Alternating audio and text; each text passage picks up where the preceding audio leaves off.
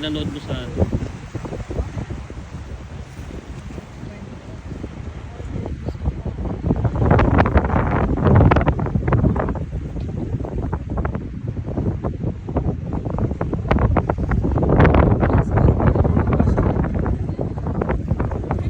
magsiswimming sa doon.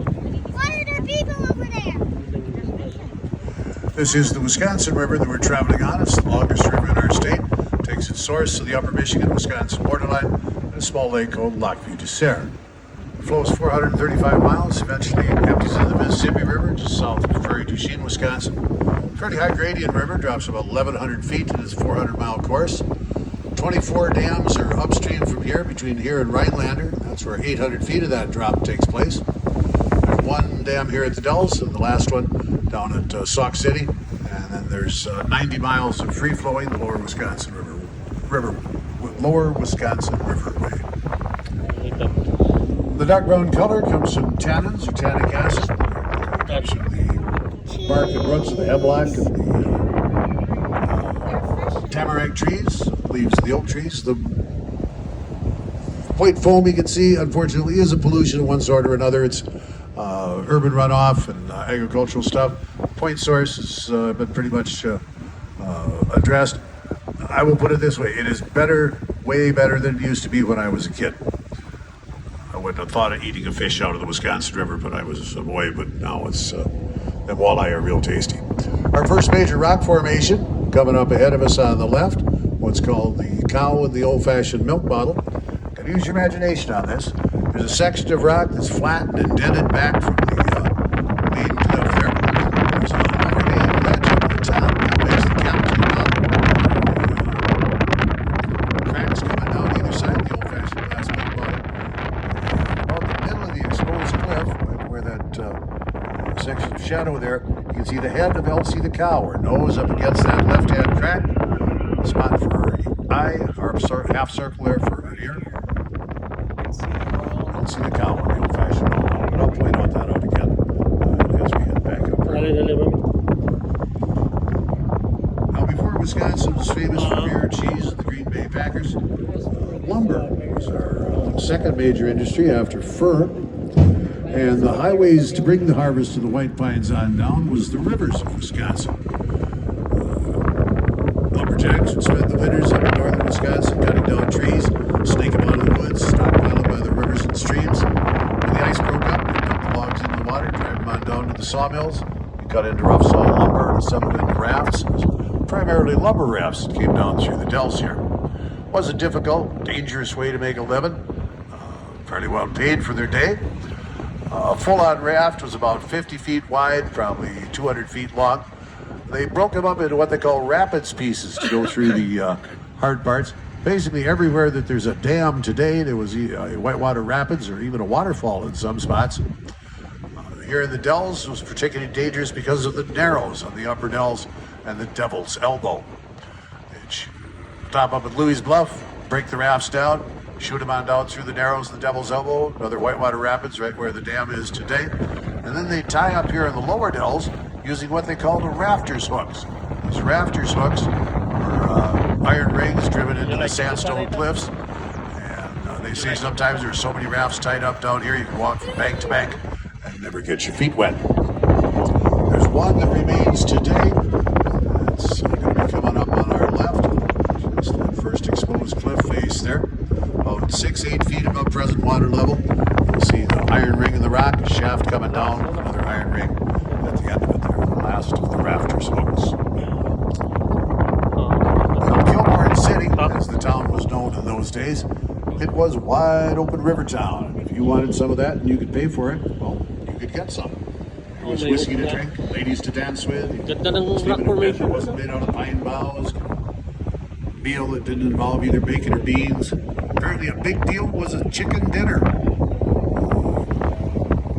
The food in the lumber camp, there was plenty of it. It's good, sort of like what you get over at the Paul Bunyan restaurant there. But not a lot of variety.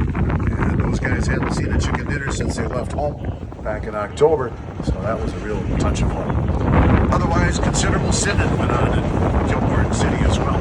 And the Reverend Angus McGee would come down here to Pulpit Rock, preach to the rafters to try to get them to mend the reef away. Oh, got a great blue heron flying out in front of us here. Well, not only was the Reverend long-winded, but he was boring as well. And as often as not, once the guys got done mocking him and throwing their empty whiskey bottles at him, they'd fall asleep. Well, to liven things up, he hired a piano player, brought the piano down to Pulpit Rock here. And the next time they started out, the boys are really loving it. The sacred songs are reminding them of home and mother and all like that. Popular tunes. And then Angus started to preach and preach and preach. The first one to fall asleep was that piano player. This angered Angus so he stomped up and down on top of Pulpit Rock so hard he broke the left-hand side of it. You can see the shattered remains there. Threw the piano player in the river, kicked that baby grand piano so hard it fell off the right-hand side of Pulpit Rock. And there it sits just above water level, a sculptured leg leaning up against the right side of Pulpit Rock. Keyboards facing up towards the sky. People often ask, does it still play music? Well, yes, it does. Rock and roll. Rolling Stones. May daan dyan. Sunday morning, of course, it plays Rock of Ages. Hindi, may ano sila eh. Keep your eyes open for animals along the river here. The Lower Dells has more beaches and open areas than the Upper Dells does. We sometimes see deer and foxes and stuff like that. I see a lot of birds. Oh, We may always saw bahay that dito great ba blue yun? heron on our first trip this morning. We saw some bald eagles.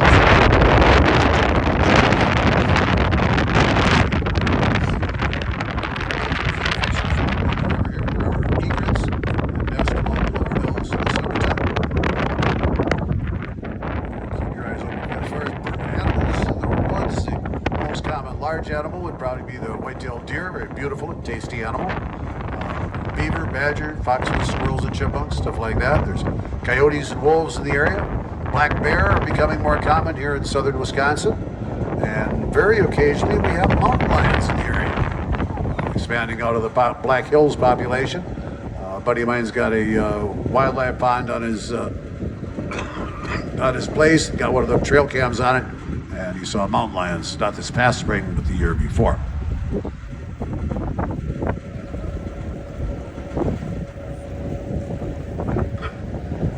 The bird clan of the Ho-Chunk Nation lived along this section of the river here, probably because of our next formation, which is called the Hawk's Beak. You follow the cliff on the right all the way out to the end, and as I turn the boat here, you'll be able to see the three ledges that make up Hawk's Beak.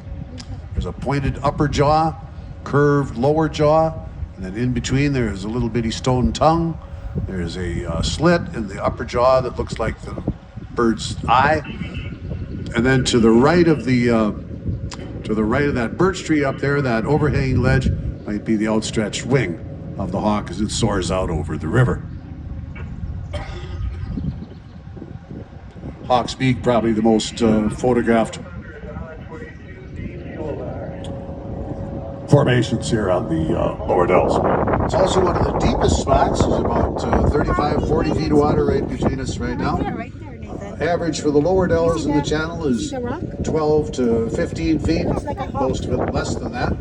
And in the Upper Dells, probably 35 to 40 feet would be an average. The deepest point in the entire Wisconsin River is on the Upper Dells of this spot. It's 110 feet deep.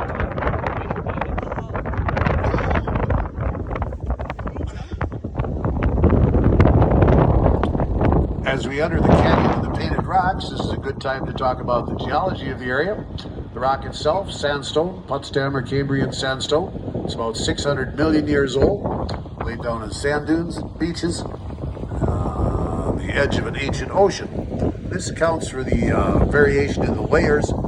Where the layers are flat, that's when it was ocean bottom. It's a shallow angle, that's when it was the beaches. And the steeper angles, that's when it was the sand dunes. The gorge that the river flows through today is much younger than that. That was formed about 14,000 years ago as the last continental glaciers melted.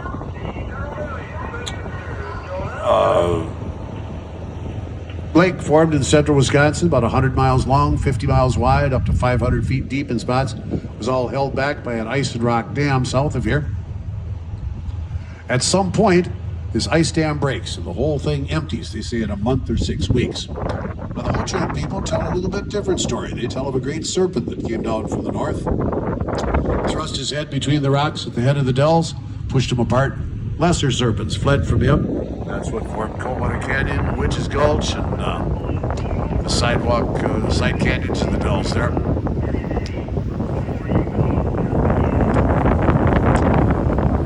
Now, a detail in the Ho-Chunk story says that the sound of the serpent breathing could be heard for many hundreds of miles. Think back to the tale the geologists tell, that white noise waterfall sound. As the water went rushing down through here. Sounds to me like they're both telling the same story, just in a little bit different way. Speaking of a lot of water in a short period of time, you look ahead of us on the right, you can see a gap in the trees. And until 2008, that was all woodland over there. On the other side of that is Lake Delton. That's an artificial lake built in the 1920s. 2008, we had a very wet spring. The ground was totally saturated. The dam held, but the side of Lake Delton off to our right actually started lapping over the top of Highway A about 9 o'clock in the morning. By middle of the day, that whole area over there had washed away. Lake Delton emptied completely, and that whole summer they rebuilt County Highway A and filled in that area there. And Del Creek refilled it, and of course with the snow and the rain the next spring. Del Creek is dammed up twice. Newman Dam was built in 1923, I believe, and that makes Lake Delton. That was built as a real estate development. And prior to that, in 1873, Timmy's Mill Dam was built, and that powered a grain mill. And that behind that is Mirror Lake. Mirror Lake is back where the state park is.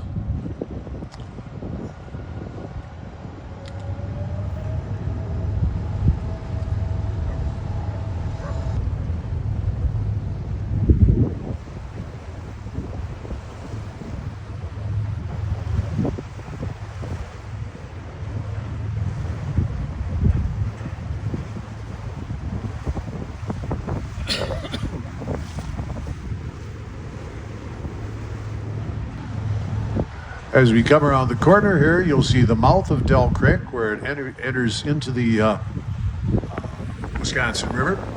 Below that is Newport Park. That's named after the lost city of Newport. That was the original settlement in this area. And in the 1850s, this was pretty much where they were going to build the railroad crossing. People got wind of this, and real estate speculation being what it was, price of land went from $5 an acre to $100 an acre in 1850. Well, Byron Kilbourne, the head of the railroad, he wasn't going to pay that kind of money, so he sent his surveyors out. They say by moonlight they found a spot upriver from here, where the present-day railroad bridge is, and Newport pretty much became a ghost town.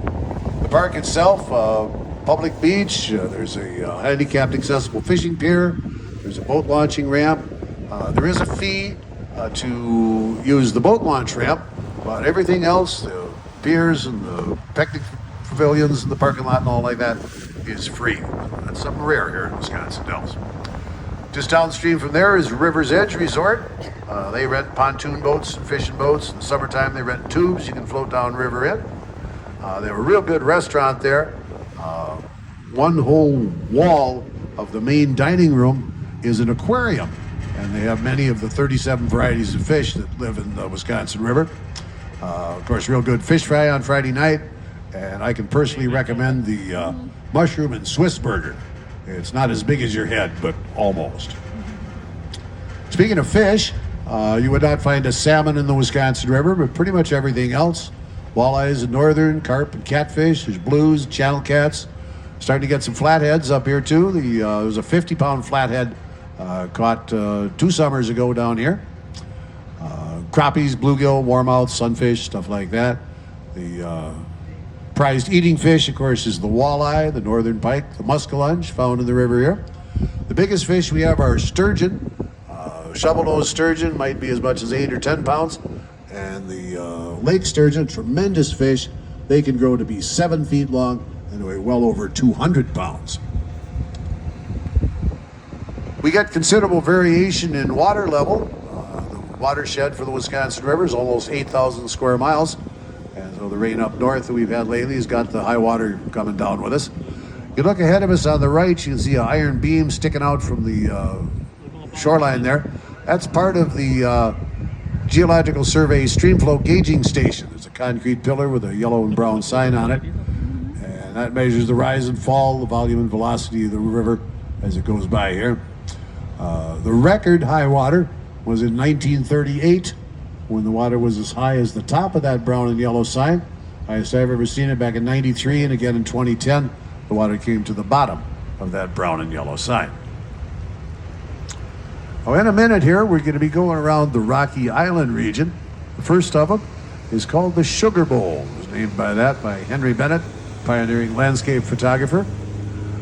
Next to it is Grotto Rock with the caves and caverns of the Nahuna. Now, Nahuna is what the Ho-Chunk people called the sturgeon, the mighty fish they called it. And they would come down here at night to hunt for the sturgeon. They'd bring their canoes back into those caverns there, light torches, wave them across the top of the water. This would mystify the fish. They'd rise to the surface so they could be speared. And if a Ho-Chunk sturgeon hunter came home with a fish that was bigger than he was, he would be called Ochurpra, a mighty fisherman.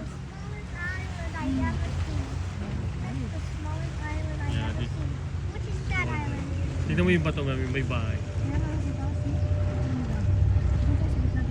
Oh. May ano. Tignan mo yung bahay. Nagsasambating ko sila. May ano ba? May pool sa taas. So,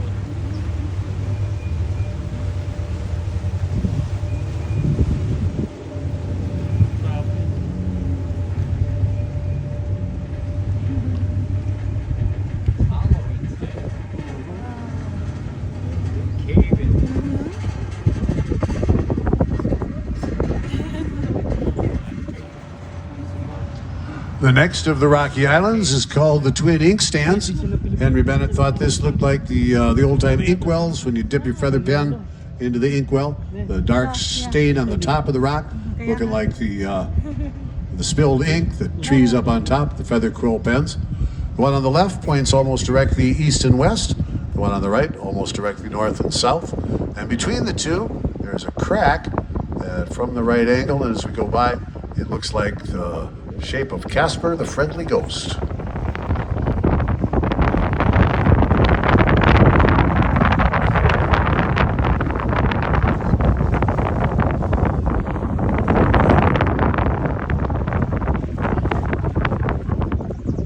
The last and largest of the Rocky Islands is called Lone Rock. That's ahead of us here. Lone Rock is hollow. There's a cave that goes all the way through it. The upstream entrance is called the Sweethearts Cave. As we go by here, I'll turn the boat, and as you look through it, people say it looks like an upside-down heart, maybe a Hershey's Kiss, could be the eternal flame of love, could be a big hole in a big rock.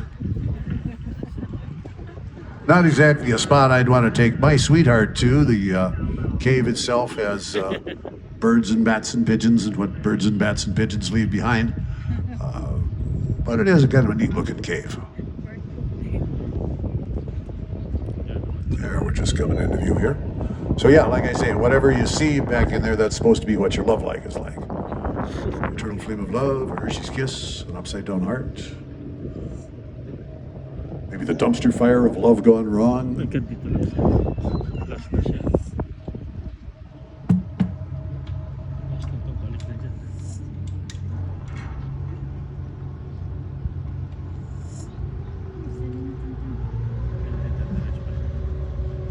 Now below this point, the rocky cliffs and the sandstone formations pretty much come to an end. This is our turnaround point. The river widens out and shallows out. Our jet boats are able to go a little bit farther downstream than this, but the Voyager needs about 5 feet of water just to float. So we'll be turning around, heading back upriver. The next town downriver from here is Castle Rock, or excuse me, Portage, Wisconsin. Going the wrong way. Portage, Wisconsin, that's about 20 miles south of here. No. Agad dito lang tayo. Now as we turn, you can see a couple more of the entrances to the Sweethearts Cave there, and a real good view of that complex crossbedding as well. The slanted layers right down on the bottom, they figure that's when it was the sand dunes.